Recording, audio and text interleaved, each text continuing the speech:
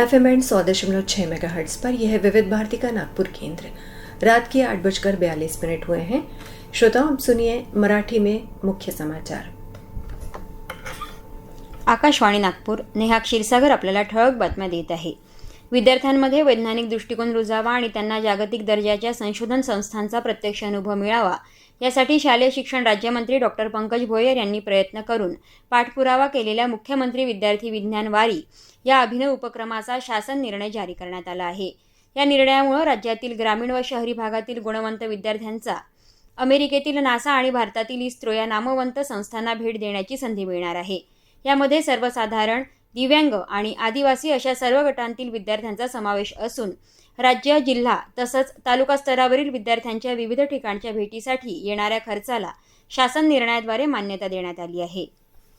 Cancer care foundation Nagpur आणि journalist club of नागपूरतर्फे 10 मे रोजी सकाळी 10 ते दुपारी 4 या वेळेत नागपूर प्लेस क्लब येथे मोफत वैद्यकीय शिबिराचं आयोजन करण्यात आलं आहे। या वैद्यकीय शिबिराचा उद्देश कर्करोगाविषयी जनजागृती करणे हा आहे। तसंच शिबिरात सहभागी होणाऱ्या लोकांना चाचण्यांवर 50% सूट दिली जाणार आहे।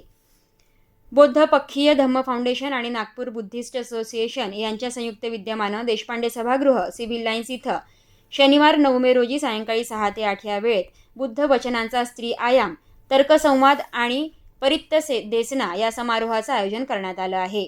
या निमित्तानं भिक्षुणी तसंच बॉलिवूड अभिनेत्री बरखा मदान आणि भिक्षुणी साक्य धम्मद्दींना यांचा संवाद आयोजित करण्यात आला आहे।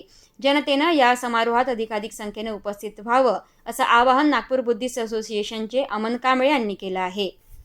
नागपूर शहरालगत धामणगाव येथे 2 मेच्या रात्री शेतात बेजबाबदारपणे तणकट व पालापाचोळ्याला लावलेली आग गावात पसरल्यानं अनेक घरं यात होरपळली। या आगीत राख झालेल्या 16 घरांच्या उभारणीसाठी प्रधानमंत्री खनिज क्षेत्र कल्याण योजनेअंतर्गत प्रति 2.50 लाख रुपये देण्यात प्रशासकीय मान्यता प्रदान करण्यात आली आहे। ही मान्यता एकूण 40 लाख रुपये निधी आहे। यातील 50,000 रुपये 20% निधीप्रमाणे 16 कुटुंब प्रमुखाला देण्यात येत आहे।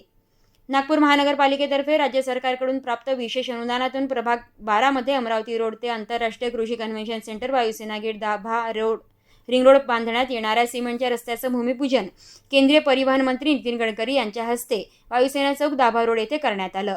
याबरोबरच हे बातमीपत्र संपलं। नमस्कार।